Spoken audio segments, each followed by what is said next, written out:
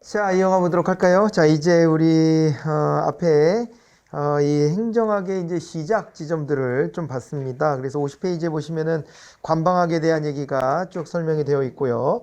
자, 그다음에 이제 슈타인 행정학에 대한 얘기도 살짝 나와 있습니다. 그리고 미국의 초기 행정학으로 오면은 해밀턴, 제퍼슨, 메디슨, 잭슨 이렇게 되어 있습니다. 그죠?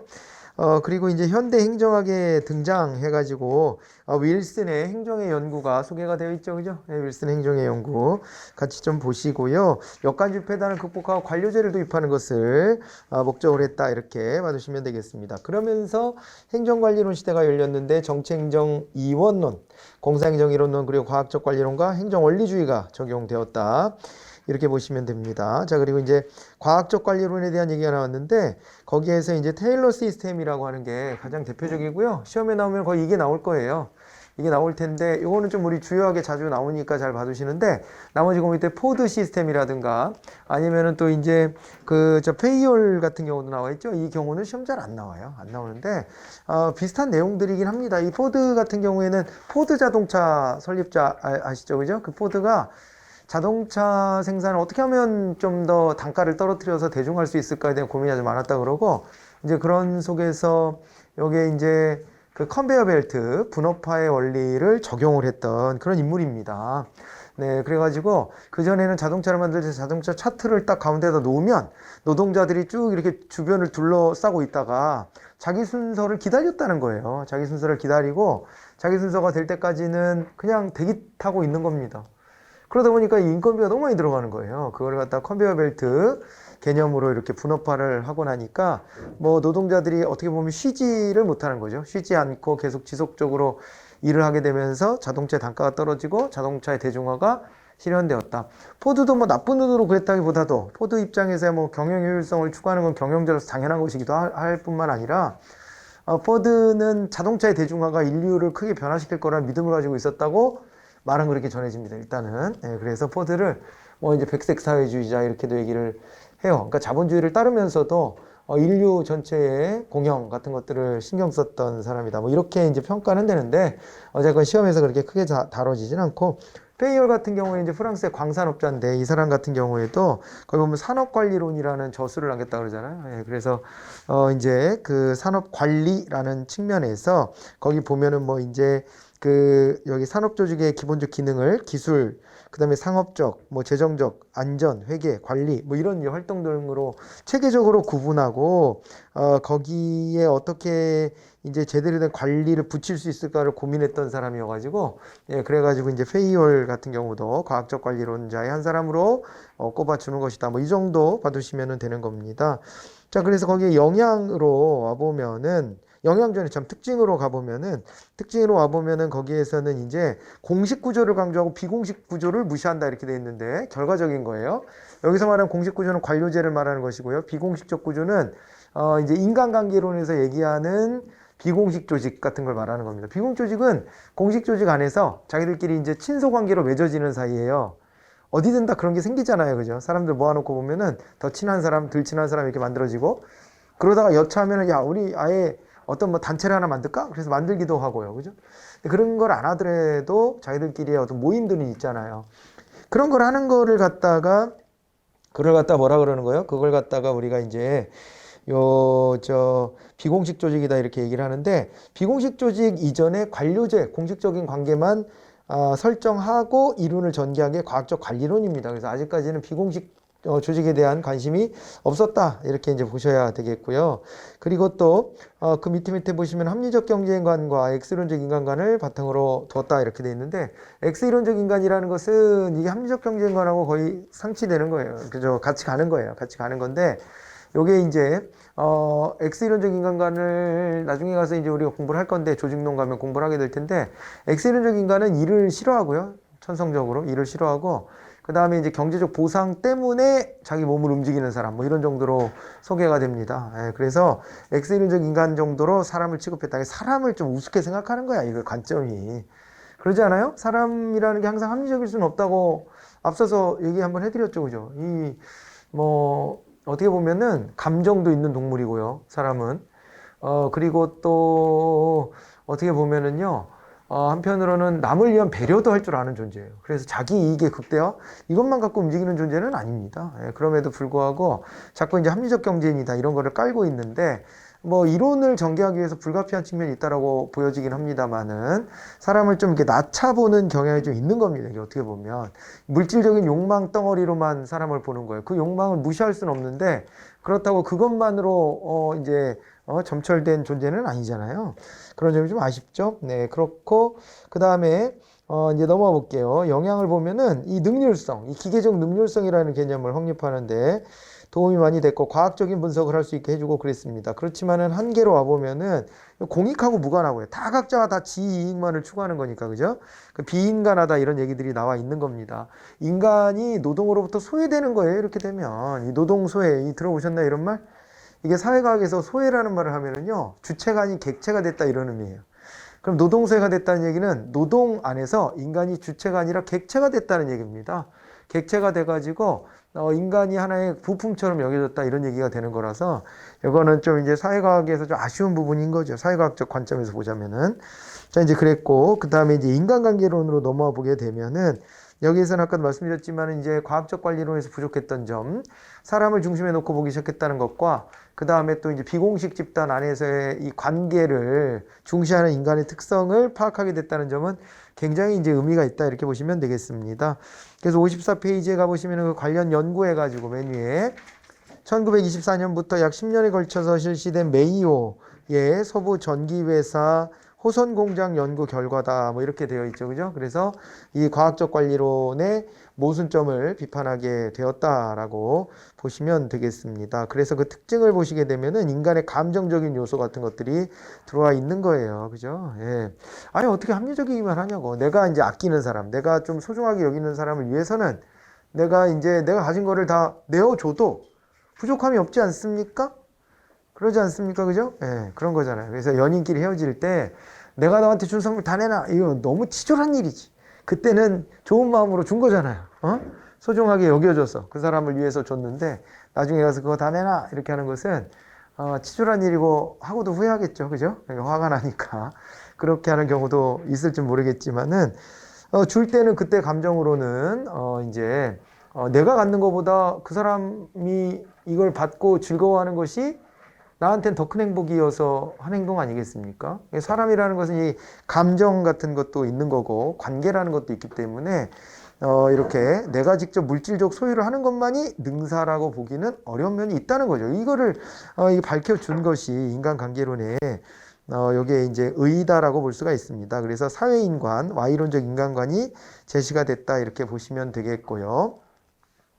이런 게 이제 사람에 대한 관점을 또 이제 생각하게 해줬다는 점도 있고 또 하나는 있잖아요. 뭐도 있냐면은 이제 사람들의 행동을 관찰하기 시작했다는 게 되게 중요한 거예요. 그게 이제 나중에 요게 행정 행태론에도 영향을 주는 거예요. 그러니까 사람에 대해서 관심을 갖기 시작했다는 것은 통치기능론에 영향을 줬다 그랬잖아요. 통치기능론에 영향을 줬지만은 한편으로 사람들을 관찰하는 식으로 연구를 한다? 요 연구 방법론적인 것은 행정 행태론에 영향을 미치는 것이다. 이렇게 받으시면 됩니다. 자, 이제 그렇게 이어지고요. 그 다음에 내려볼까요? 그러나 이제 한계가 있다면은 젖소사유학이라는 표현이 있죠. 이게 왜 그러냐면 사람에 대해서 관심 가졌다면서도 능률성만 얘기하잖아요. 사람에 대해 관심 가지면 비능률적인 것도 좀 감내해야 될 텐데 어떻게 하면 사람들의 관계를 잘 파악하고 그들의 관계를 잘 유지하게 함으로써 효율성, 능률성을 더 끌어낼 수 있을까? 이런 걸 연구했던 거라서 사실은 이제 진정한 인간에 대한 연구는 아니지 않냐. 인간 자체가 목적이라고 말하기에는 아직은 한계가 있다. 뭐 이렇게 지적을 해볼 만합니다. 네. 그렇기는 하고요. 그래서 젖소사역이라고 그러는 거예요. 젖소를 편안하게 해가지고 젖을 많이 생산하자. 뭐 이런 모토 아니냐. 그러니까 젖소를 진짜 아끼는 줄 알았더니 그게 아니라 젖소를 통해서 젖을 많이 얻기 위함이었다. 그러니까 사람에 대해서 관심을 갖는다는 것이 사람에 대한 관심을 가짐으로써 어떻게 하려고 하는 것이다? 그걸 통해서 이제 생산성을 더 극대화하려고 하는 것이었구나. 이거 약간 속은 느낌 같은 게 좀 있어요. 그죠? 그래서 아직까지는 이런 건 좀 아쉬움이다라고 얘기를 하고요. 그 다음에 사람들의 행동들을 관찰하기 때문에 보수적이에요. 그러니까 뭔가 당위성을 가지고 이 방향으로 합시다. 이런 제한이 없잖아요. 그런 게 없고, 야, 사람들은 이러더라. 사람들이 이러던데? 내가 관찰해보니까 이러던데? 라고 하는 식이라서 있는 그대로 모습을 보는 거예요. 그게 보수적인 거예요. 보수적이라고 하는 건 지금 현상을 유지하는 것을 보수라고 얘기하는 것이지 않습니까? 그죠? 그래서 보수와 수구는 다른 거잖아요, 원래. 수구는 뭐죠? 수구는 과거로 돌아가자, 이게 수구예요. 과거로 돌아가자가 수구고, 보수는 지금의 현상을 유지하자는 거죠. 그래서 보수적인 성향을 가진 사람들은 대체로요, 기득권자일 가능성이 좀 꽤 많죠. 기득권, 지금 이 시스템 속에서 기득권을 가진 사람들은 보수주의를 주창하는 게 자기한테 이롭기 때문에 그런 쪽으로 갈 가능성이 많아요. 그렇게 갈 가능성이 많고, 지금 현 시스템에 대해 불만을 가지고 있거나 이걸 좀 개선해야 된다고 믿는 사람들은, 진보적인 성향을 가진 사람들은 변화를 획득하는 거예요. 자꾸만 변화를 획득하고 지금에 안주하지 않을 것을 강조하는 것이죠. 뭐 항상 그런 거 아니겠습니까? 그래서 지금 있는 현상 그대로, 지금 사람들의 행동 거지를 그대로 관찰해서 이론화한다, 이렇게 한다면은 이것은 이제 뭐가 되는 거예요? 이것은 이제 보수적 성향을 가졌다, 이렇게 이제 평가할 수 있는데, 왜 한 개에다 자꾸 넣지? 이게 뒤에도 보면 나올 건데요. 이런 행태적인 연구를 하는 것들을 보면 이 보수적인 경향이다라고 비판하듯이 넣어놔요. 보수는 비판받아야 될 일인가요? 어떤 면에선 그래요. 어떤 면에서는. 그러니까 어떤 면에서는 아닌데 어떤 면에서는 그렇죠. 지금의 현 체제를 유지해야 될 측면도 있지만은 사회발전이라는 측면에서 봤을 때는 한 자리에 머물러 있는 것은, 이것은 퇴보와 다를 바가 별로 없어요. 그래가지고 이게 한편으로는 한계도 들어오는 것인데, 보수주의를 다 비판하고 비난하는 게 아니고요. 그게 아니고 그냥 한 군데 머물러 있는 것은 또 후퇴일 수도 있다라는 점을 강조하기 위해서 한계점으로 꼽는 것이다. 이런 정도로 보시면 되고요. 그리고 또 한편 이런 것도 있잖아요. 사람들이 하는 행동이 다 옳은 행동일 수만은 없지 않나요? 뭐 그렇기 때문에 잘못된 행동이 있으면 이걸 좀 개선하자라는 주장도 담겨야 되는데, 연구 방법 자체가 있는 그대로를 관찰하자, 그래서 증명해보자, 이런 것이기 때문에 그러다 보면은 이제 방향성 제시는 없죠. 학문적으로 봤을 때 이걸 비판하는 학자들도 있는 거예요. 그건 진정한 학문이 아니다, 이렇게 비판하는 학자들이 있다. 이런 정도로 해서 왜 이게 한계에 들어와 있는지를 그렇게 이해하시면 됩니다. 아직까지는 다 폐쇄 체제입니다. 환경에 대한 이제 이 관심을 기울이지 못하고 있죠. 자, 그다음에 통치기능론이 나왔는데, 통치기능론은 이제 뉴딜 정책 같은 것들이 실시가 되면서 의회의 중심성이 이제 무너졌죠. 그리고 이제 행정부에 대한 의존도가 증가하게 되면서 뉴딜 정책에 이제 발을 맞추기 위해 가지고 학문적으로는 통치기능론이 등장했다, 이런 식으로 봐두시면 되겠고요. 이 내용을 보면은 정치행정 1원론이고 공사행정 2원론이고 그렇습니다. 그리고 그 밑에 보면 사회 문제를 능동적으로 해결하는, 그러니까 행정의 기능을 강조하는 기능적 행정학이다, 이렇게 보시면 되겠습니다. 그죠? 그리고 이 인간관계론을 거쳐서 왔기 때문에 Y론적 인간관을 바탕에 두고 있어요. 인간을 중심에다 놓고 있고, 능률성의 측면을 무시하진 않아요. 사회적 능률성이라는 게 여전히 남아있죠. 그러지만 이거보다 더 중요하게 봐야 되는 게 민주성이에요. 민주성이라는 이 가치를 중시하기 시작했다. 이런 것들에 주목을 좀 해 두시기 바랍니다. 자, 그렇게 됐고요. 그 다음에 넘어가 봅니다. 이제 행정의 과학화, 행정 행태론이라고 나와 있는데, 여기서부터 다시 판서를 하면서 따라가 보도록 하겠습니다. 여러분이 이제 행정학의 전개를 보는데요. 행정학의 전개에서 지금 이제 행정관리론에서부터 출발해가지고 행정관리론에서 통치기능론으로 넘어갔다가, 그랬다가 이제 뭐로 넘어오는 거냐면, 미국 행정학의 전개를 보면 행정행태론까지 넘어오는 겁니다. 행정행태론까지 이렇게 넘어오는데요. 요 계기가 됐던 일들이 있죠. 자, 이제 행정관리론이 통치기능론 넘어올 때 보면 대공황이 있었고, 대공황과 이에 따라서 이제 뉴딜 정책이 펼쳐졌다는 것을 꼽아봐야 되고요. 통치기능론에서 이제 이 행정행태론 넘어올 때는 여기는 왜 그러냐면요, 행정학의 정체성의 위기를 떠올려 보셔야 돼요. 행정학이라는 학문이 갖고 있는 정체성의 위기가 있습니다. 정체성의 위기. 네. 요거를 떠올려 보셔야 돼요. 그러니까 여기서 일로 갈 때는 대공황이라는 게 계기가 됐잖아요. 이 뉴딜 정책이. 그런데 여기서 일로 갈 때는 행정학의 정체성의 위기가 영향을 준 거예요. 통치기능론으로 갔다는 얘기는, 자, 이제 이렇게 보시면 되죠. 여기 이제 행정관리론일 때 정치행정의 측면이 이원론이었어요. 이원론이었다가 통치기능론 때 일원론이 됩니다. 일원론이 됐다가요. 그랬다가 행정행태론으로 오게 되면 이게 새 이원론, 이렇게 얘기를 하거든요.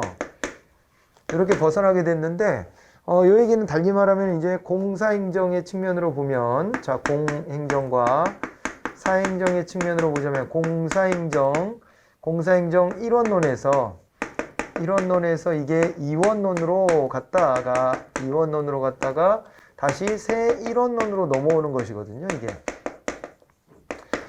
그러니까 이게 통치기능론 때를 비판하면서 이게 등장한 거 아니겠습니까? 통치기능론이 갖고 있는 특징이 다시 행정이 정치화 가서 붙어버린 거예요. 그러다 보니까 이제 주변에서 뭐라 그러겠어요? 야, 니네, 정치학하고 다른 거라며, 니네가. 다른 거라더니 다시 정치에 가서 붙었네? 그러므로 너네는 독작문이라고 보긴 좀 어렵지? 그렇지? 정치학의 일부분인 거지? 맞지? 세부 전공 영역인 것이지. 니네가 독작문 아니지 않냐? 이렇게 지적을 하게 된 겁니다. 알겠죠? 이렇게 지적을 하면서 이제 행정학이 정체성의 위기가 온 거죠. 행정학 도대체 넌 뭐냐? 예, 너는 정치학 아니냐? 이렇게 되다 보니까 행정학자들 입장에서는 아니다. 우리는 독자적 학문이다. 이걸 강조하고 싶었던 거겠죠. 그랬죠? 예. 그래가지고 이 행정 행태론이 이걸 극복하는 취지로 등장했다. 이렇게 보시면 됩니다. 그래갖고 다시 정치행정 2원론이 되고 공사행정 1원론이 된 건데 이러다 보니까 비판도 받아요. 야, 니네 뭐 행정관리론의 재판 아니냐. 행정관리론의 버전 2냐. 별다른 게 없지 않냐. 이렇게 지적을 받기도 하지만은 어쨌거나 행정행태론이 이렇게 이제 행정학 정체성이 극복해줬다는 점에서 의의가 있구나. 이렇게 생각하시면 좋을 것 같습니다. 그리고 이 행정행태론 같은 경우에는 말입니다. 행정행태론은 대표적인 학자 이제 사이먼이 있다고 했어요. 사이먼이라는 학자가 1945년도 행정행태론이라고 아예 책 제목도 이렇게 해가지고 딱 발표를 해요. 발표를 이렇게 했는데 그런데 이게 이제 연구 방법 자체가 이제 아주 센세이션한 거였어요. 원래 이 사회학 관련된 분야들은요, 다 뇌피셜로 하는 학문이었습니다. 그 아리스토텔레스 같은 사람이 위대한 학자냐? 왜 위대할까요? 남들보다 뇌피셜이 체계적이어서 위대한 거예요. 남들보다 뇌피셜이 체계적이어서. 이 사람이 뭘 입증을 하나? 그런 거 없어요. 논리 구조적으로 이걸 왁구를 딱 맞춰갖고 딱 얘기해 주니까 그러니까 어떻게 됩니까? 주변에 있는 사람들이 감복하는 거죠. 와, 대단하다. 이렇게 되는 거. 나중에 보면 그 사람 얘기가 거의 맞는 걸로 이렇게 드러나고. 그런 점에서 대학자였던 거고요. 아직 학문적으로도 뭐 체계적이지 못해가지고 철학자인데 모든 걸 다 아는 척 하는 거 아닙니까? 그런 단계로부터 학문은 시작된 겁니다. 그래서 그게 쭉 이어져 내려왔고 철학에서 갈라져 나온 게 역사학이고 역사학에서 또 하나 갈라져 나온 게 정치학이라고 보시면 돼요. 그 정치학에서 이제 여러 개가 막 찢어져 나오는 거예요. 정치학 안에서 법학도 나오고 사회학도 나오고 경제학도 나오고 행정학도 나오고 다 갈라져 나오는 겁니다. 갈라져 나오는데 그런데 이제 1900년대 접어들 즈음만 하더라도 여전히 이제 뇌피셜 중심의 학문이죠, 이게. 그런데 자연과학 기술이 되게 많이 발달해요. 18세기가 넘어오고 이러면서 과학주의 시대가 오거든요. 그래가지고 과학적인 이 기법들이 많이 발달하면서 그러면서 20세기로 이렇게 넘어오면 20세기로 넘어오면 말이에요. 20세기로 넘어오면 이게 1900년대잖아요. 이때는 자연과학 연구 기법들이 굉장히 세련돼집니다, 이제. 그러다 보니까 이제 사회과학자들이 이거를 탐내기 시작하는 거예요. 사회과학의 아쉬운 점은 계속 뇌피셜로 주장을 하다 보니까 주장 대 주장이 부딪히면 뭐가 옳은지 되게 애매해져 버려요. 애매해져 버려. 서로 입증을 못하고 있는 상황이기 때문에. 그래서 입증을 한번 해보자. 자연과학의 연구 방법을 쓱 빌려와 보자. 빌려와가지고 우리도 실제 증명을 한번 해보자. 이렇게 된 거죠. 그래가지고 그 취지 속에서 전개된 게 바로 행태 연구예요. 행태 연구, 행태주의 연구. 비헤이버리즘이라고 하는 것입니다. 비헤이버리즘. 이거는 뭐라고 얘기를 했었냐면 이 행태라는 것에 대해 가지고 어떻게 설명했었냐면 개별적인 행위가 있다 그랬죠. 개별 행위들이 있습니다. 행위들이 있는데 이것을 갖다가 이제 집합적으로 모아낸 것이 바로 이제 행태다 이렇게 보시면 돼요. 행태라고 하는 게. 그래갖고 각각의 액션들을 모아가지고 액션스가 돼가지고 행태다, 비헤이버가 된 거다, 비헤이버. 이거 구분을 해야 합니다. 행위랑 행태는 구분이 돼야 돼요. 그래서 이 행위들 놓고 보면은 너무 파편화되죠. 세상에는 그 또라이 불변의 법칙이라는 것도 있지 않습니까? 각자 한 사람 한 사람 떼어놓고 보면은 이 또라이스러운 행동들도 많이 한단 말이에요. 독특한 행동들도 많이 하고 그래요. 예. 저도 제가 또라이가 아닌 줄 알았지만 어느 측면에서 보면은 나만의 또 고집스러움 같은 게 또 있어요. 그러니까 불필요하게. 그런 것들이 다 각자 누구에게나 다 있잖아요. 그래서 개별적인 행동들을 놓고 보면은 그거는 학문적인 어떤 의미는 별로 없어요. 그래갖고 개별적인 그 행위들의 이 주목을 하기보다는 학문적으로 봤을 때 집합적으로 공통점을 찾아내는 게 이게 의미가 있다라고 본 거죠. 물론 이거에 대한 반박으로 나중에 가면 행위 자체도 중요해 이렇게 하는 이론이 나오기도 해요. 그러기도 하지만 그런 거를 체계적이고 과학적인 학문이라고 말해 주진 않아요. 아무도.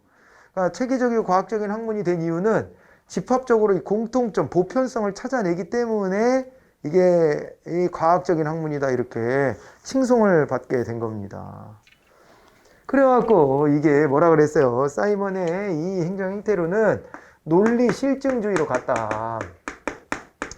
지나치리만큼요 이 연구의 방법에 집착을 합니다. 연구 방법에 집착을 해요.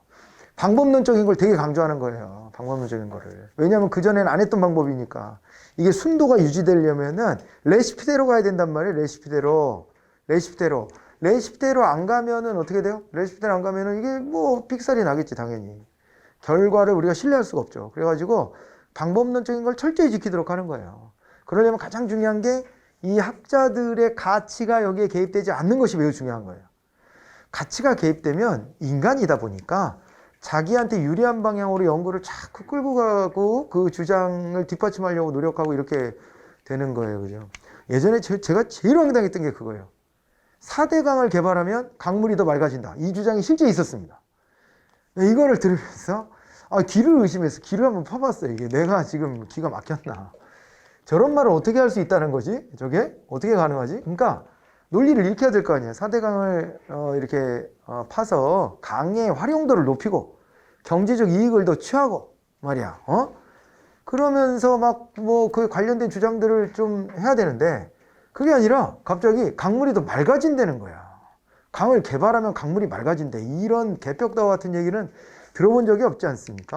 하다 무슨 얘기까지 했냐면요. 한참 이게 논쟁적일 때 어떤 사람이 나와서 심지어요, 여기다가 개발을 하고 배를 띄우면은, 그건 4대강도 아니고 아예 대운하를 찬성하는 사람이 그런 얘기를 했는데, 운하를 들어서 배를 띄우면 배가 이렇게 뒤에 스크류가 돌기 때문에 산소가 물로 많이 공급돼서 물이 맑아진다는 거야. 그래가지고, 야, 그런 효과가 일부 있을 수는 있으나, 그걸 상쇄하고도 남을 오염의 이 위험이 엄청 큰데, 그런데 저걸 저렇게 말하다니. 차라리 주장할 때 솔직하게 이런 점은 장점이고 이런 점은 단점인데 단점을 극복할 수 있는 보완책도 마련되면 됩니다. 이렇게 얘기를 해야지 논리가 되는 거지. 그걸 갖다가 내가 주장하는 건 모든 게 다 장점만 있습니다. 이러려고. 욕심꾸러기, 그죠? 욕심을 내니까 말도 안 되는 얘기를 갖다 붙이는 거야, 막. 갖다 붙이는 거예요. 물을 가다 놓고 물이 더 맑아질 거라고 보를 세우고서 물이 흘러가지 않는데 더 맑아진다라는 이런 주장을 하잖아요. 말이 돼? 집에다 조그마한 어항을 갖다 놔도 거기다 정화기 같은 거 안 설치하면은 이끼 껴가지고 금방 오염되는데 이게 우리 상식으로도 우리가 과학적인 상식이 조금 있으니까 그런 상식으로 놓고 봤을 때나 경험치로 봤을 때도 말도 안 되는 얘기들을 학자라는 사람들이 나와서 막 주장하기 시작하는 거예요. 그게 왜 그러냐면 답정너지, 답정너. 답은 정해져 있어. 거기에 논리를 막 갖다 맞춰서 여론을 끌고 가야 되니까 이제 하다 별의별 주장까지 다 하는 거예요. 응? 장점이 있죠. 당연히 그렇게 하는 것도. 그 장점만 얘기해야지. 단점을 장점으로 둔갑시키는 놀라운 기술이 발견이 돼. 근데 그걸 하나의 사례로 제가 들어서 그렇지 다른 분야도 다 마찬가지예요. 학자들이 자기 주장이 더 앞서기 시작하면은 그러면은 자꾸만 유리한 근거들만 갖다 붙인다고. 불리한 근거는 이렇게 왜곡을 하거나 아니면 아예 무시를 하거나 그래 버리거든요.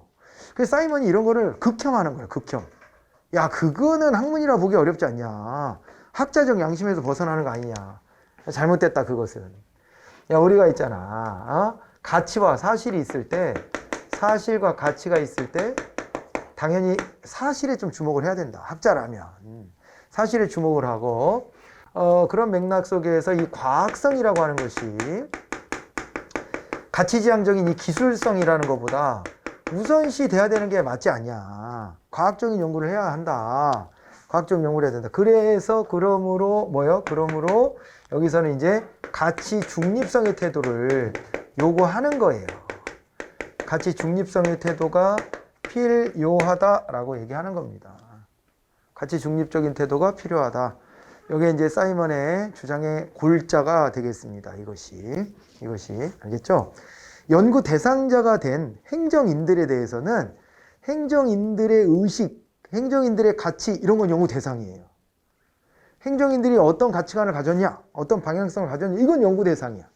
그러나 학자가 이 안에 있잖아요. 이 안에 들어와서 자기의 가치 지향성을 가지고 연구를 전개해서는 안 된다는 거예요.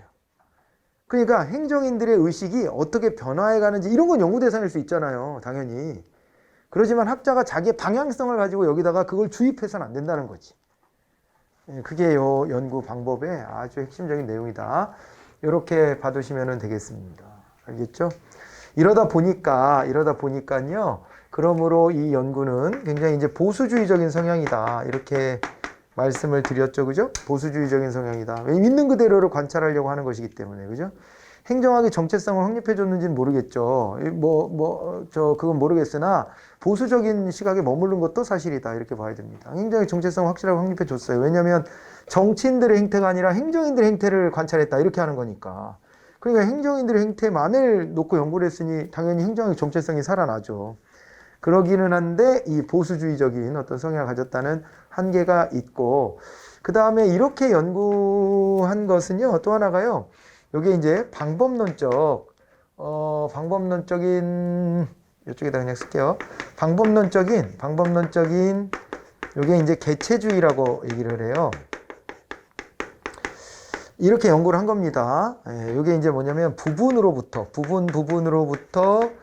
이제 전체적인 공통점을 찾아냈다 이렇게 되는 거거든요. 이거를 방법론적 개체주의라고 이야기하는 겁니다. 이거를 방법론적 개체주의라고 얘기하는 거예요. 방법론적 개체주의를 따르고 있는 게 경제학도 그렇게 하는 거예요. 각자가 다 자기 이익의 극대화를 위해서 노력한다. 개체주의, 개체 한 사람 한 사람을 봐. 근데 이들의 공통점을 모아서 그러므로 경제는 이렇게 돌아간다. 시장의 원리로 돌아간다. 이렇게 설명하는 방식이거든요. 얘도 그런 거예요. 공무원 한 사람, 행정인 한 사람의 행동은 이렇다.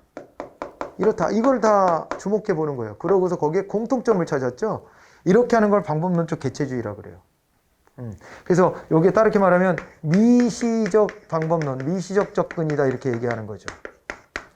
미시적 접근이라고 그래요. 미시적 접근. 접근을 할 때 개별에 주목을 해봐서 미시적 접근이라고 그래요. 대한민국은요, 여러분들 같은 사람들이 모여져서 지금의 대한민국이 된 걸까요? 아니면 여러분들이 대한민국에 태어나서 대한민국인스럽게 성장한 건가요? 어떤 건가요? 그러니까 대한민국이라고 하는 사회의 특성이 있잖아요. 특성이 있는데 이게 여러분들의 개성들이 모여져서 대한민국의 특성이 규정된 것인지, 아니면 대한민국의 특성이라는 게 따로 있어서 그 안에 태어난 구성원들도, 그 안에 소속된 구성원들도 그 대한민국의 속성을 주입받아가지고 이렇게 된 것인지, 이것에 대해서 논쟁거리가 충분히 되죠. 그죠? 닭이 먼저냐 달걀이 먼저냐 거의 이런 것일 수도 있고요. 그죠? 부분들이 모여져서 전체가 된 건지, 아니면 전체 안에 있는 부분이 전체를 닮아가는 것인지, 이 부분에 대한 학자들의 논쟁은 영원히 끝나지 않을 겁니다. 이런 면도 있고 저런 면도 사실은 있는 건데, 학자들은 양당 간의 결정을 내려야 되는 거거든요. 학자라는 직업은 그런 거예요. 내가 입증해보니까 이게 더 맞아. 이걸 해야 되는 거예요. 여러분들은 그럴 필요 없어요. 여러분들 관료가 될 거니까. 관료가 되면요, 이 얘기도 있고 저 얘기도 있는데 이 두 개 절충해봐야 되겠네. 이게 이제 관료의 실용적인 태도고, 학자는 그럴 수 없어요. 학자는 이도저도 아니면 안 되니까 이게 더 맞아. 이게 더 옳아. 이런 걸 입증해야 된다고. 맨날 싸워요. 맨날 싸우는데 이 사람의 태도는 뭐였냐면 미시적 접근인 거예요. 개별의 특성들이 모여져서 전체가 규정된다 이렇게 보는 거지, 전체 틀 속에서 개인을 볼 수는 없다 이렇게 여기는 겁니다. 이 반대되는 게, 그러니까 전체 속에서 개인의 특성을 규정할 수 있는 것은 방법론적 전체주의라 그래요.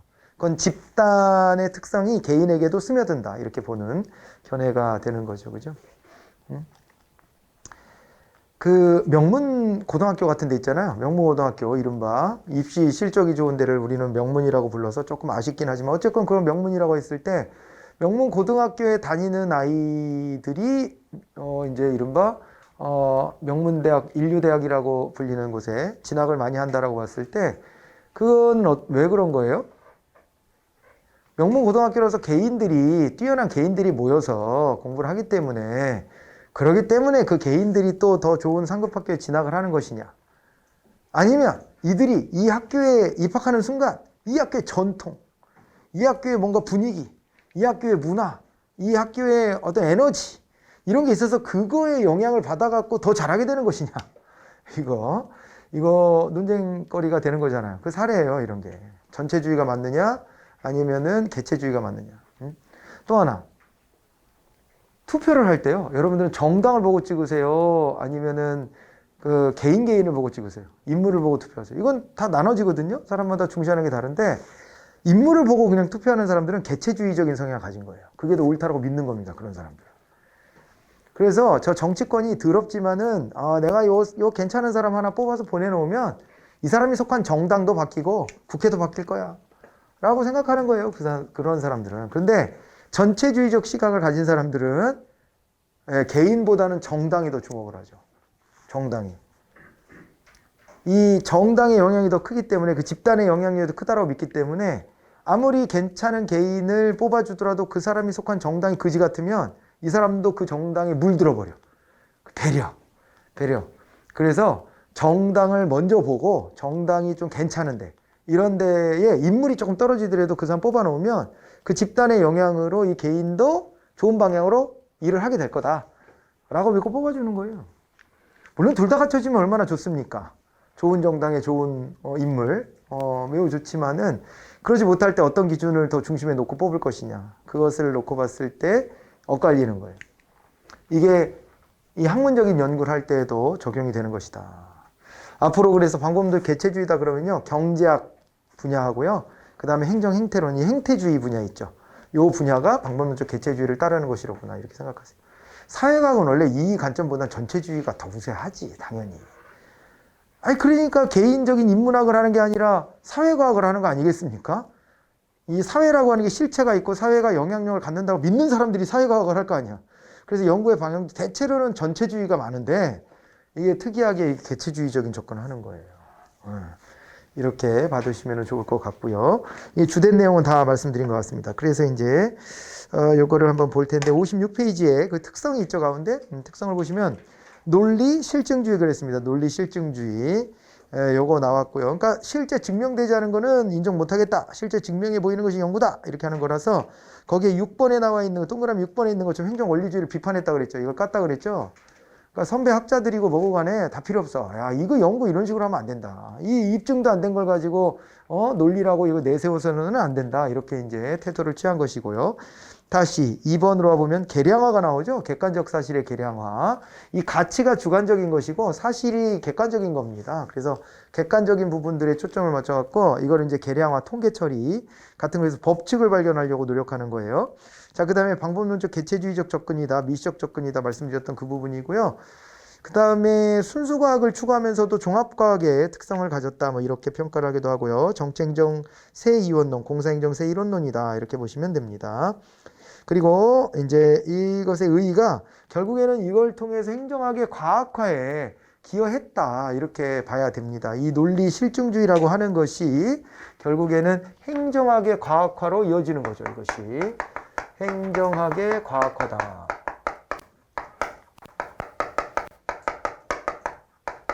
과학성이 좀 떨어졌었는데 이제 명실상부한 사회과학 분야가 되는 거죠. 사회과학으로서의 학문을 갖게 되는 겁니다. 자, 이렇게 오고요. 그래서 방법론이 두 개가 된 겁니다. 사실은 사회과학의 방법론은 이렇게 이제 과학적인 접근, 실증적인 연구도 하지만 해석적 연구라 그래갖고 기존에 해오던 뇌피셜로 하는 연구도 여전히 있는 거예요. 근데 뇌피셜이 중요한 의미도 있어요. 왜냐하면 통계로 읽어낼 수 없는 인간의 내면 세계, 인간의 의도, 이런 것들이 또 읽혀져야 되거든요. 그래서 해석적 연구도 필요하고 이런 실증적 연구도 필요한 건데 기존에는 실증적 연구가 없었는데 그거를 갖다 여기다 집어넣기 때문에 이게 행정학의 과학화에 기여했다 이렇게 보시면 되고 아까 말씀드렸던 행정학의 정체성의 극복이 나와 있습니다. 그리고 한계를 보면은 너무 연구 방법에 너무 매달린다. 이런 이제 지적도 있어요. 한편으로는. 그리고 아까도 말씀드렸지만 정책적 이원론이 또 재탕 아니냐, 재탕. 새로운 이론 아닌 것 같은데. 새로운 이론이어야지 의미가 있는데 이거 뭐 재탕인 것 같다. 이런 식으로 비판하는 사람들도 있었고요. 보수적 성향을 또 비판하는 경우도 있었고, 이 폐쇄 체제라는 것을 또 비판하기도 합니다. 그런데 여기까지는요, 전부 다, 아직은 전부 다 뭐였다? 아직은 전부 다 폐쇄 체제였다. 이렇게 보셔야 됩니다. 여기까지는 여전히, 여기까지는 전부 다 뭐였다? 요거는 폐쇄 체제로서 환경에 대한 관심을 가졌다, 못 가졌다? 못 가졌다. 이 체제는 시스템을 말하는 거죠. 영어로 시스템인데, 이 시스템이 환경의 영향을 받아들이는 시스템이 아니고 아직은 그 안에서만 돌고 있는 시스템이다 이거예요. 그런데 실제로는 환경의 영향을 받고 있었겠죠. 이때도 받고 있었을 때는 학자들의 관심이 거기까지 못 나간 거예요. 그 논쟁으로까지 못 간 겁니다. 못 가고 있었던 거예요. 알겠죠? 그래서 폐쇄 체제다 이렇게 얘기를 하는 겁니다. 됐죠? 자, 뭐 그렇게 보시고요. 그 밑에 보면은 앞전 시간에 있었던 이 내용이네요. 정책적 이원론이 정책적 이론론으로, 그다음에 과학적 관리론이 인간관계론으로, 행정 원리주의가 행정 행태론으로 이렇게 박살났다. 사실은 한 번씩 이런 과정을 거쳤다는 것을 이야기하고 있습니다. 자, 이제 요 속에서 논리 전개는요, 또 이제, 자, 이러다가 또다시 미국에 이제 여러 위기가 오거든요. 미국에 위기가 와가지고, 특히 이제 미국에서 어떤 위기가 오냐면은, 미국 사회에서, 1960년대가 되면, 1960년대, 미국 내에 사회 모순이 엄청나게 이제, 이게 촉발이 됩니다. 이것이 막 이제 드러나는 거죠. 원래 있었던 모순이겠지만은. 그래갖고 여기서 보면, 인종차별의 문제가 있죠. 예를 들어 인종차별의 문제가 있는데, 그렇습니다. 뭐 미국 같으면은 일단은 흑인들이 거기 살게 된 게 노예를 사냥해 온 거 아닙니까? 아프리카에 가서 진짜 산채로 사람들을 사냥에다가 노예로 부려먹었고요. 얘네들의 인식은요 그런 거예요. 여러분 봐봐요. 여러분들이 만약에 조선시대에 태어났다. 여러분들이 그럴 가능성은 별로 없지만 양반으로 태어났다. 양반의 확률 10%도 안 되는 거 아닙니까, 사실은. 다 집안에서 다 뻥쳐서 그렇지. 그죠? 심지어 저는 왕족이에요, 왕족. 왕족인데 족보가 없어, 우리 집에. 족보가 없는데 왕족이라고 우기고 있습니다. 왕족이겠거니 하고 그냥 저 이씨니까 그냥 그러는데, 조선 말기에 그 사칭 뭐 이런 쪽이 아닐까라고 저는 합리적 의심을 하고 있고요. 어쨌거나 그랬거나 아니거나 일단은 이씨가 이렇게 많을 리도 없고, 그잖아요. 그리고 또 저기 양반 집안이라고 다 주장하지만은 그럴 리도 없는데, 운이 좋으면 이제 양반 집안에 태어났을 거예요, 실제로. 이제 그러면 한 10%가 안 되는 확률을 뚫고, 이제 금수저 집안에 태어났다 이렇게 볼 수가 있는데, 그때 양반들은요, 지는 노동을 안 해.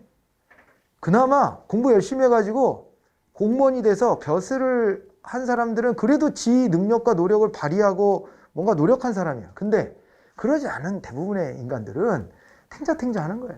노동도 안 하고 처먹을 건 다 처먹고 이러고 사는 거예요. 근데 그 먹을 것도 부족한 사회에 그렇게 산다는 것은 나머지 계층들이 거기에 희생해 주는 겁니다. 헌신해 주는 거예요. 그런데도 불구하고요, 그 헌신해 주는 사람들은 막 업신여기고, 그죠? 함부로 막, 그죠? 다루고, 막 폭력도 막, 가하고, 이렇게 했던 거 아닙니까? 근데 왜 그렇게 했을까, 사람들이? 어떻게 그럴 수 있을까? 그러다가 막 도망이라도 가다가 잡히면은요, 멍석 말아가지고 그냥 밟아 죽여. 즉결 처분도 해. 이게 어떻게 가능하냐? 그 당시 사람들 인식으로 돌아가 보면은요, 그 당시 사람들 인식 속에서 노비는 사람이 아니에요. 아니야. 사람이 아니라고 봐야 돼요. 사람이 아니야. 말귀를 알아듣는 소 같은 거야, 이게. 그렇게 인식하니까 그럴 수 있는 거예요. 그죠? 그때 당시의 관점은 그랬을 것이다. 충분히 그렇게 생각해 볼 수 있습니다. 근데 이제 인권의 개념이 점점점 확장되면서 이제 지금은 아닌 사회가 됐죠. 미국 사회에서 흑인은 사람이 아니에요. 사람이 아니어서 실제로 지금으로부터 한 100년 전쯤에도요, 좀 독특한 흑인을 동물원에다가 전시했대잖아요. 미국에서. 그러니까 굉장히 키가 작은 부족 출신이래요. 그리고 그 사람이 이가 이렇게 삼각형으로 뾰족뾰족했대요. 그래서 그 사람을 전시했대잖아요. 전시했대요. 원숭이들하고 같이. 원숭이 하나로 보는 거야. 그래가지고 그거를 저도 어떻게 알게 됐냐면 작년인가 재작년인가 뭐 이분이 돌아가신 지가 뭐 100년 됐다 그랬나 뭐 그래가지고 그 저기 뭐야 그 사과 정치권에서 사죄하는 뭐 사과 반성의 목소리 뭐 이런 게 나왔다고 해서 저도 이제 보게 됐어요. 깜짝 놀랐어. 사람을 진짜 전시해 놓은 사진이 있더라고요. 사람을 동물원에다 갖다 놨어. 사람이라고 오지 않는 거예요. 근데 얘네들은 지금 골 때리게 된 상황이야. 노예들을 잡아들였는데 노예들 해방이 돼가지고 노예들하고 같이 공존해. 그런데 그걸 못 받아들이는 거예요. 정서적으로. 백인들이. 그래서 어떤 판결이 내려지냐면 미국의 대법원에서요. 어떤 판결이 내려졌냐면은 흑백 분리 정책. 이것이 판결이 돼서 나온 거예요. 법제화가 된 겁니다. 미국은요 판례를 통해서 법을 만드는 전통을 가진 불문법주의를 채택하고 있는 국가잖아요. 그래서 이 판결이 흑백 분리 정책이에요. 흑백을 떼어놓은 거죠. 근데 이제 그런 것들이 계속적인 차별로 이어지는 거예요. 계속적인 차별로 이어지고 이거에 대해서 이제 50년대 후반부터 이 저항이 이제 막 이제 일어나기 시작하고 여러분들 잘 알고 있는 이제 킹 목사 같은 분 이런 분들이 이제 등장을 하는 거죠. 자 이제 그게 요 당시 모습이에요. 1960년대. 자 그러고 또 그 다음에 이때 미국 사회는 이제 빈부격차 문제 같은 것들도 굉장히 심각했다고 하죠. 빈부격차 문제도 심각했다. 빈부격차 문제. 미국 사회는 한 번도 복지 국가의 반열에 올라간 적이 없어요. 지금까지도. 미국 사회가. 미국이요. 아직도 여전히 이런 문제가 남아있는 게요. 코로나 사태가 와서 코로나19 사태로요. 미국 사람들이 막 죽어나가는데, 그죠? 미국 사람들이 막 죽어나가는데, 죽어나가는 사람 70% 이상이, 코로나로 죽어나가는 70% 이상이 다 흑인이에요. 그냥 가난한 사람들은 병원도 못 가고, 그냥 버티다가 죽는 겁니다. 여전히 의료보험도 안 되는 나라, 잘 안 되는 나라. 개인 의료보험이 필요한 나라. 그래가지고 그 다큐멘터리 영화가 하나 있었는데, 그 진보적인 성향을 가진 그 다큐 감독이 있어요. 유명한 사람이 있습니다. 마이클 무어라고. 그 사람이 그 만든 다큐를 보면은 그 전기톱으로 집에서 가구 만들고 이런 거 취미로 갖는 미국인들 많잖아요. 전기톱 잘못 따라가지고 손가락 2개가 잘렸는데 병원에 들고 갔더니 병원에서 당신이 지금 개인적으로 가입하고 있는 그 의료보험으로는 둘 중에 하나밖에 접합이 안 된다. 골라라. 약질을 할래? 뻑큐를 할래? 이래가지고 골르라고 하는 장면이 나와요. 이게 정말 이게 참 진짜 슬픈 장면이에요. 진짜. 적어도 우리나라에서는 붙이고 보지 않을까? 거의? 네. 거의 그럴 텐데 여기 그렇지가 않아요. 왜냐하면 병원 입장에서는 돈을 못 받게 돼 있거든요. 이게 다 해봐야. 그러니까 이걸 못 하는 거야 거기서는 구조적으로. 미국 사회는 단면이에요. 미국 사회가 굉장히 힘도 세고 또 장점도 많은 사회지만, 장점도 많은 사회지만은 얘네 방식은 유럽의 그것하고는 아예 다른 방향으로 왔기 때문에, 그랬기 때문에 이게 그리고 항상 매기가 필요해. 항상 매기가 있어야 물고기가 건강해집니다. 안 잡혀 먹이려고 미꾸라지들이 건강해져. 이게 유럽 사회는요 사회주의 운동이 엄청 컸었죠. 주변 국가들이 막 사회주의 국가가 되고 공산주의화되고 막 이랬잖아요. 그러다 보니까 자본주의가 좀 건강해졌어요. 자본주의가 어느 일방향으로만 가는 게 아니라 얘 주변도 돌아보는 자본주의로 이렇게 성장한 거거든요. 근데 미국은 그러지가 않아요. 여긴 얘는 딱 동떨어져 가지고 자유주의만이 능사인 사회로 계속 온 거예요. 그러다 보니까 이 복지 같은 것들이 제대로 안 돼 있는 거예요. 여전히 그런 사회예요. 그러니 60년대 오죽했겠냐고. 그래가지고 이때 이 빈부격차 문제도 이 불만들이 탁 터져 나오고요. 그렇게 되고 그나마 이 앞에 뉴딜 정책 같은 거 할 때 조금은 노동자들을 위한 정책도 생기고 뭐 보장제도 좀 생기고 그랬잖아요. 그러나 미흡한 거지 여전히. 그런 부분들이 있고요. 그 다음에 또 뭐가 있었냐면 이때 이제 이 당시에 이제 특수한 상황이긴 했는데 이 베트남전에 대한 이 파병 반대 같은 것들이 있었습니다. 이 파병이 돼 있었죠, 당연히. 돼 있었는데 한국전쟁에도 미국이 가담했고 베트남전에 가담했는데 뭐 이기지도 못하고 자유를 지키겠다고 하면 지키지도 못하면서 미국에 있는 젊은이들이 다 일로 끌려가가지고 죽고 다치고 뭐 이렇게 되니까 이거에 대한 불만이 생겨가지고요. 이거에 대해서 막 저항하는 움직임들이 크게 나타났고 그러자 행정학이 다시 야 이런 거에 좀 기여해야 되는 거 아니냐 해가지고 그래가지고요 나온 게 신행정론입니다. 신행정론이에요. 신행정론. 이 신행정론은 말이죠. 이게 어떻게 되냐면은 여기 이제 왈도라고 하는 학자가 있어요. 왈도라는 학자가 있고요.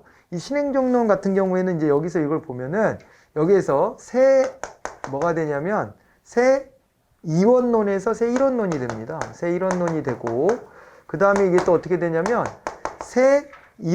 공사행정은 새 일원론에서 새 이원론이 되는 거예요. 그래가지고 다시 이쪽 통치 기능론과 같은 형태랑 유사하게 돌아가게 되는 건데 신행정론이라고 하는 게. 그런데 새 일원론, 새 이원론, 즉 정치행정이 새 일원론이 됐잖아요. 이렇게 해가지고 왈도가 이제 요거를 완성시킨 어떤 유명한 학자인데요. 시라큐스 안에 보면 여기 시라큐스 대학에 있었던 이 학자입니다. 이 사람이. 그래서 시라큐스 대학에 있었던 학자인데요. 여기에 시라큐스에 어디가 있냐면은 여기에 보면은 미노부룩이라고 하는 미노부룩이라는 곳이 있대요. 이 안에 미노부룩 회의라고 합니다. 그래서 이 왈도가 자신과 그 다음에 또 뭐냐면은요 자신과 그리고 그 제자들 있죠. 제자들을 모아가지고 어떻게 보면은 이거를 어떻게 과제를 하나 준 거예요. 너희들 모여가지고 있잖아. 여기서 미국 사회에 어떤 문제들이 있는지 싹 다 모아내 보고 그 싹 다 모은 걸 바탕으로 해가지고 이제 이거를 개선할 수 있는 방법을 모색해 보자 이렇게 한 겁니다. 그래갖고 이게 이제 정치행정 새 일원론이 됐고 공사행정 새 이원론이 됐다 이렇게 봐두시면 되는 겁니다. 자, 그래가지고요, 이제 시라큐스에서 왈도라는 학자 잘 주목해 보시면 되겠고요. 자, 이렇게 가면서는 여기서는 어떻게 됐겠어요? 사실하고 가치의 문제를 놓고 봤을 때 저걸 이제 반대로 보시면 돼요. 가치 지향성이 있었고요. 이 가치 지향성이 있었고, 그리고 이제 과학성과 그 다음에 뭐가 있냐면 과학성과 기술성 중에서 기술성을 강조했어요. 이 기술성과 관련해서는 사이먼은 기술성을 뭐라 그랬냐면 프랙티스라고 설명을 했다 그랬잖아요. 그래가지고 이게 프랙티스라고 하는 것은 일종의 이제 뭐 실행을 해나가는 뭐 어떤 그 하나의 그냥 진짜 말 그대로 그냥 시키는 거 하는 거 정도 이렇게 본 거고, 여기서의 기술성은 그 개념이 아니에요. 과학성, 기술성 그럴 때 여기 이제 아트라는 개념으로 왈도가 이걸 설명하면서 사회 문제를 종합적으로 해결해 나가는 능력, 이거를 기술성이라고 본 거죠. 그러니까 학문도 과학적인 실증적 입증에 국한될 것이 아니라 기술성적인 측면을 우리가 더 중시해야 된다. 이런 식의 입장을 취했던 것으로 보셔야 되고요. 그 다음에 있잖아요. 그러면서 이제 여기서는 가치 개입성이 강조가 됐다. 이렇게 봐야 되는데, 그런데 가치 개입성이 강조가 되면서 이때 내세웠던 게 바로 뭐냐면은요. 내세웠던 게, 여기가요. 이제 가치 개입성, 그리고 여기 뭐 가치를 중시했다 이런 얘기들 있잖아요. 이 속에서 나왔던 게 바로 형평성이에요. 딱 보니까 어때요? 형평성이 여기 필요한 시점이죠, 지금? 형평성이 필요한 시점입니다. 그래서 형평성이라는 게 강조가 됐다 이렇게 보시면 되고, 여기는 그냥 여기랑 비교해 볼게요. 논리 실증주의, 가치 중립성 이랬지 않습니까? 그래서 여기서는 합리성이라는 가치가 중시됐다 이렇게 봐야 돼요. 그러니까 앞에 비교해 보면 행정관리론 때가 능률성이었잖아요. 능률성이었고 통치기능론 때가 민주성이라고 그랬잖아요. 민주성이라고 했는데 그런데 여기 이제 행정행태론일 때는 합리성으로, 그리고 여기 이제 신행정론일 때는 형평성으로. 근데 이게 이제 시험에 많이 나오죠. 왜냐면은 미국 사회가 형평성의 가치를 내세웠던 때가 사실 별로 없어요. 미국 사회는 아까도 말했지만은 여기가 굉장히 좀 자유주의적인 성향이 매우 강하고 그래가지고 여기에 이제 형평성이라는 가치가 크게 대두된 적이 잘 없는데 이때 신행정론으로 이것이 이제 이렇게 좀 승화가 됐고요. 이때 또 이제 아까 여기서 뉴딜 정책 같은 게 있었다고 하는 것처럼 여기서는 뭐가 있었냐면요. 존슨이라는 대통령이 있어요. 케네디 때 부통령했던 사람인데 케네디가 죽고 난 다음에 대통령이 됩니다. 그러고서 이 존슨이 내세웠던 게 바로 뭐냐면 이 사람 되게 진보주의적인 사람이었어요. 그래갖고 The Great Society, 위대한 사회를 건설하자. 위대한 사회라는 게 딴 게 아니라 뭐였다? 이것이 바로 위대한 사회가 복지국가를 말하는 거죠. 위대한 사회 건설. 이 논의랑 맞물려서 여기서 이제 신행정론이 그 뒷받침을 해줬고, 그 다음에 형평성이라는 가치를 추구했다, 이렇게 보시면 됩니다.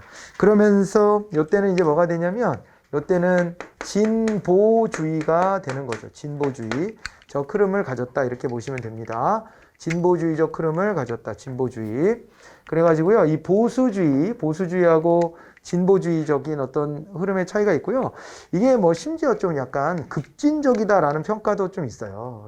미국 사회에서 받아들이기에는 너무 진보주의가 앞서간다. 그래가지고 결국에는 이게 학문적으로도 좀 처지고, 왜냐하면 당위적으로 접근하니까.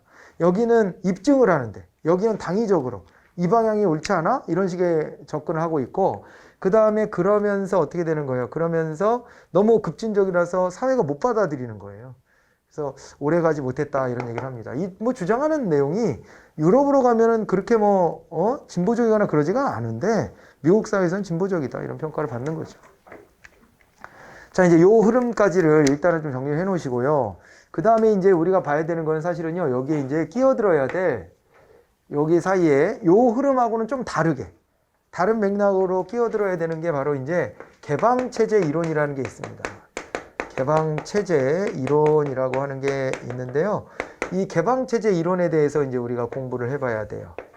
지금까지는 뭐 했다 그랬어요? 여기가 폐쇄체제였다 그랬잖아요. 이제 개방체제 쪽으로 넘어오게 되는 것이고, 이 개방체제 이론으로 볼 수 있는 것들이 바로 이제 행정생태론, 그냥 생태론이라고도 많이 나옵니다.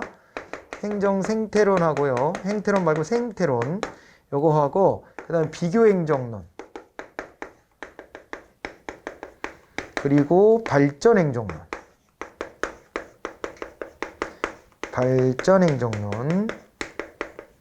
그리고 또 뭘 봐야 되냐면은요, 여기서 이제 체제이론이라는 게 있어요. 체제이론. 이 체제이론에서 결국엔 개방체제라는 표현이 나오는 거죠. 체제이론. 이런 것들까지 이렇게 해서 좀 보셔야 되고요. 이걸 하나 봐야 되고, 그 다음에 또 하나 봐야 되는 게 뭐가 있냐면은요, 이 행태주의에 대한 비판 이론들이 있어요. 행태주의에 대한 비판 이론들도 좀 봐야 되는데, 행태주의에 대한 비판 이론이다 그러면 또 뭐가 들어가냐면, 여기는 후기 행태주의라는 게 등장을 해요. 후기 행태주의. 이게 이제 딱 저때 60년대 중후반에 후기 행태주의가 등장을 합니다. 후기 행태주의.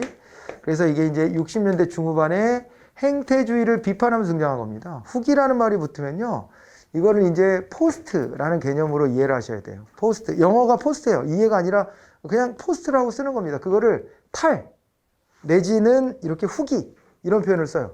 신하고 달라.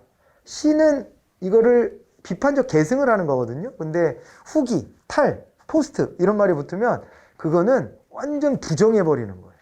완전 부정하고 뒤집으려고 하는 겁니다. 그것을 우리가 이제 후기라는 표현을 쓰는 거라 행태주의를 까는 거예요. 아예. 행태주의를 까고 이 속에서 나온 게 행정학 속에서 신행정론인 거예요. 신행정론이 대두했고요. 이거에서 또 신행정론에서 이어져 가지고요. 또 뭐가 있냐면은 이게 또 하나가 아까 이제 행태 말고 행위를 중시하는 이론도 있다, 그런 얘기를 했잖아요. 그래가지고 현상학이라고 하는 게 있어요. 현상학이라는 게 등장하고 이 안에서 행위 이론이 이제 포함이 되거든요. 행태가 아니라 행위를 보는 이론이에요. 이런 게 나오기도 했고, 그 다음에 또 뭐가 있었냐면은요, 제도주의인데 옛날부터 제도주의는 원래 있었던 거예요. 방법론적 전체주의에 해당되는 제도주의가 다 있었는데, 이게 이제 어떻게 되냐면 여기는 신제도주의라는 게 등장을 해요. 신제도주의가 등장을 해가지고 이 신제도주의 같은 경우는 이게 이제 이렇게 되는 겁니다. 신제도주의는 이게 크게 세 개의 방향으로 나눠져요. 이제 새로운 제도주의인데 이게 행태주의를 싫어하거든요. 원래 행태주의가 제도주의를 깠어. 그런데 신제도주의는 또 행태주의를 까. 이러고 등장을 해가지고요. 이게 정치학 쪽에서는 역사적 신제도주의라는 게 있고요. 역사적 신제도주의. 홀이라는 학자 이렇게 정리를 했는데 역사적 신제도주의라고 지칭했고, 경제학 쪽에서 합리적 선택 신제도주의. 그리고 또 그 다음에 사회학 쪽에서는 사회학적 신제도주의 이렇게 얘기를 합니다. 사회학적 신제도주의. 됐죠? 네, 이렇게 보시면 되겠습니다. 아시겠죠? 이런 이제 흐름들이 있어요. 그래서 요게 이제 요 뒤에도 물론 이제 더 붙을 게 있습니다만은 일단은 요 틀로 좀 정리를 해두시고요. 이 안에서 다음 시간에는 개방체제 이론 먼저 좀 보고 그 다음에는 또 이제 시간이 허락되는 한 여기 이제 행태주의 비판 이론들도 좀 보고 이렇게 하도록 하겠습니다. 잠깐 쉬었다가 오시기 바랍니다.